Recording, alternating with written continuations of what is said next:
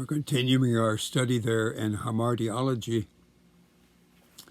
I must beg your forgiveness. Last time I was cut off in the midst of a sentence because the computer was full.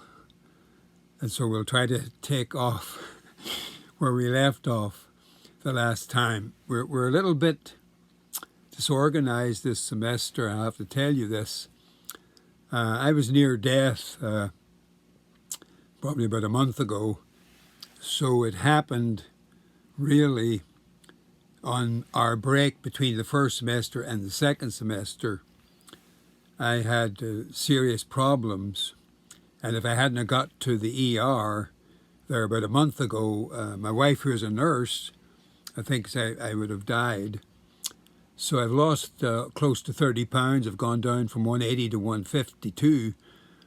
And I was in a very weakened condition for about 6 weeks. So at the end of the semester, I was going downhill.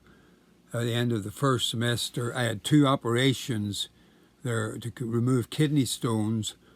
And one was at the end of June, and then the other was in about the middle of July. And things were held up because of the COVID, so I couldn't get in to get, the only thing that got me in, period, was the fact that there was an emergency.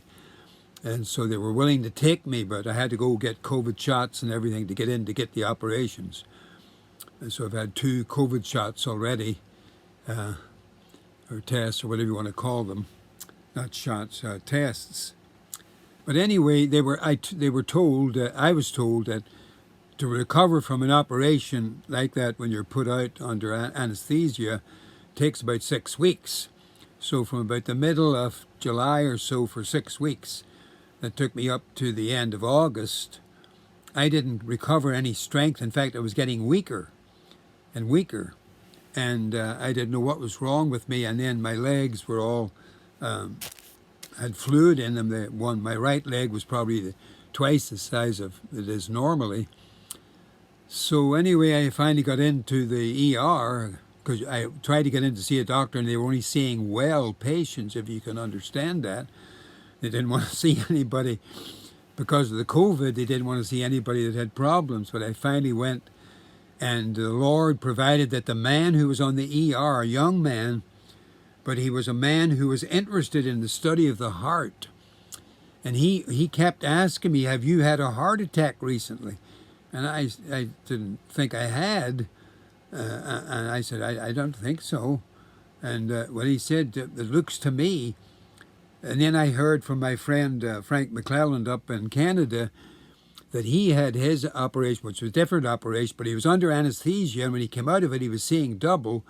And I just talked to him yesterday, and he's still seeing, he said, all that problem, he can't drive anymore. But the doctor told him that he had a slight stroke while he was under anesthesia, and they probably didn't catch it maybe as early as they should have.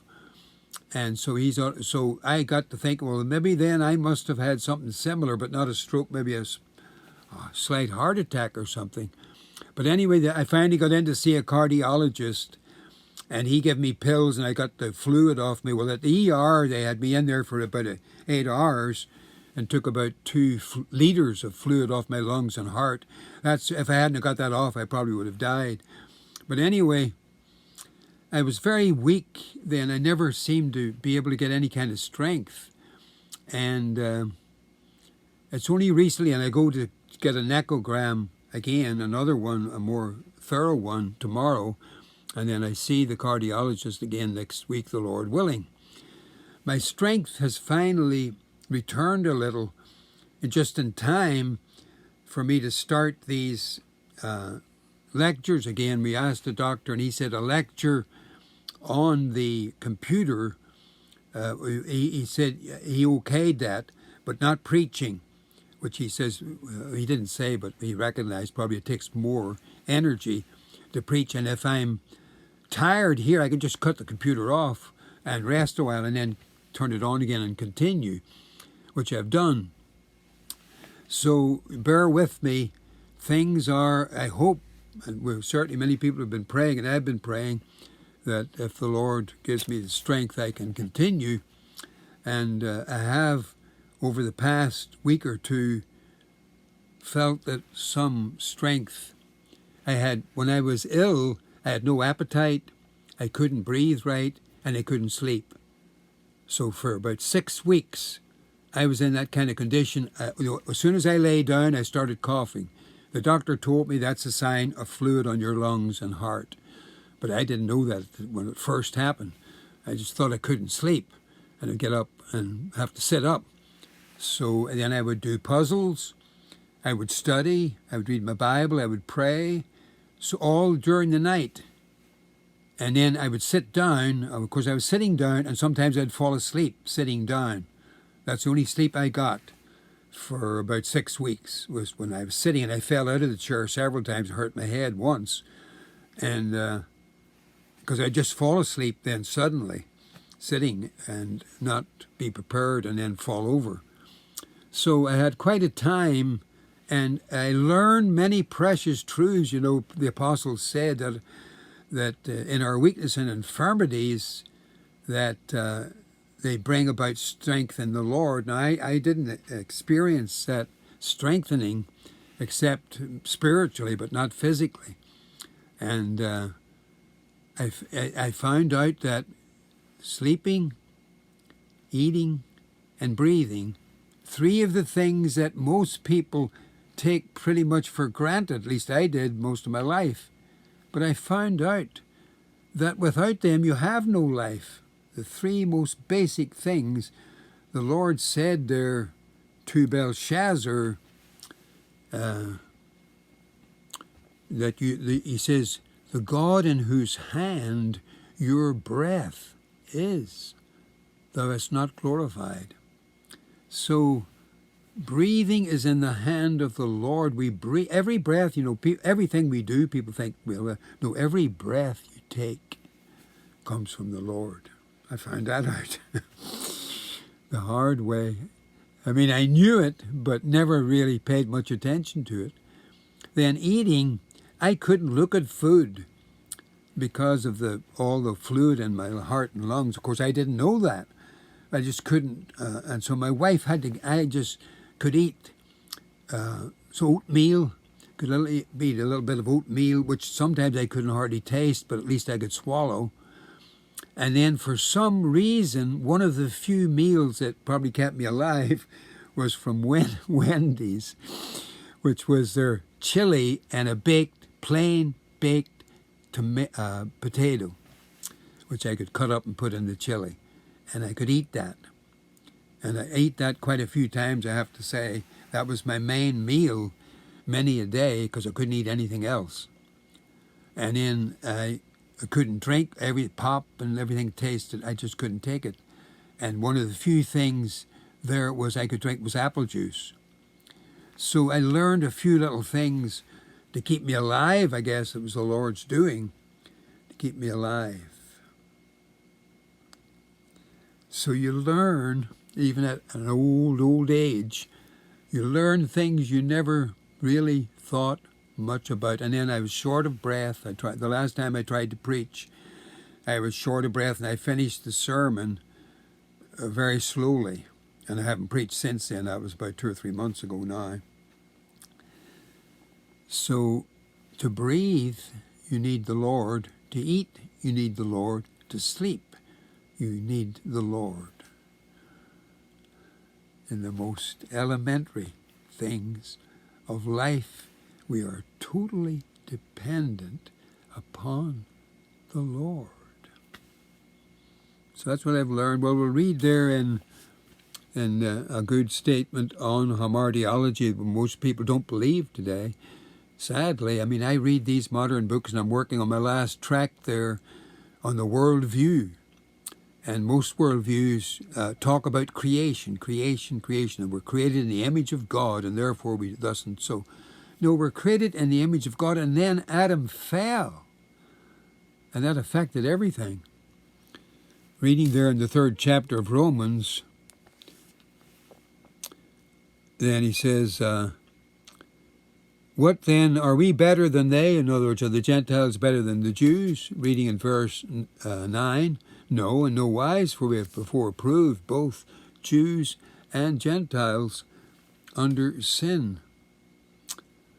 As it is written, there is none righteous, no, not one. People can't get that plain statement through their minds today. I mean, people who claim to be evangelical and teaching others, there's none that understands. That is, in its natural state, fallen state, man doesn't understand the things of God. There's none that seeks after God. One woman, Nancy Pierce, she wrote her book, complete book, on a worldview called Finding Truth, seeking after it and finding it. No, we don't. We're dead and lost, and we don't understand, and we don't seek, because Christ came to seek and to save that which is lost. And so until God, the Holy Spirit, works in our hearts and minds, we don't understand, we don't seek, we don't do good. They're altogether gone out of the way. They're together become unprofitable. There's none that doeth good, no, not one. And people want these world views to make them do good so that the world will be Christianized. It's all unscriptural. Their throat is an open sepulchre. You know, I don't know if people don't read the Bible. I played chess. I used to play chess with the man that became president of Biola, Clyde Cook. He was a big man, 6'4". He played center for the basketball team there at Biola when I was in Talbot. And I said one day, you know, that, and right from this book of Romans here, that every man is a liar. Oh, he says it doesn't say that. I said, I'm afraid that it does. So I had to take him and show him that God be true, but every man a liar. And then I was talking to a man who was dean of a evangelical college there in Indiana when I was preaching there, and I was in a doctor's home, and he was visiting and I was visiting, and the doctor got us there together, and we were talking, and I said, you know, that I don't know how we got around to it, but I was saying that Jesus said the Pharisees know were off their father, the devil. Oh, he says it doesn't say that. Well, I turned him to John 8:44 and read it to him, and he was completely nonplussed.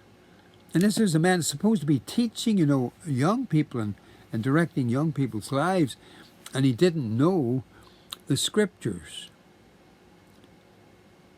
That's a strange thing to me, that so many people that are supposed to be knowledgeable in the things of God, they don't know some of the elementary truths concerning man's sinfulness before God. Their throat is an open sepulchre. And I worked as an apprentice plumber. I was an apprentice plumber for 4 years before the Lord called me into the ministry, when I started to prepare then. But I worked with a lot of different plumbers, and almost all of them swore and cursed up and down the whole day, not just because they were angry, many times when they were laughing. They would say, and then just go, ah, ha, ha, and then go into a big stream of profanity. For no reason, as far as I could see. So their throat is an open sepulchre. With their tongues they have used deceit. The poison of asps is under their lips, whose mouth is full of cursing and bitterness. Their feet are swift to shed blood.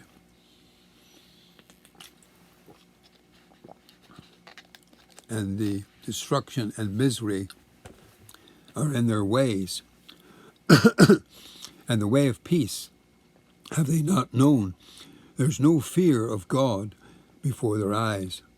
Now we know that whatsoever things the law says, it says to them who are under the law, that every mouth may be stopped, and the whole world become guilty before God. So we'll stop there in our reading.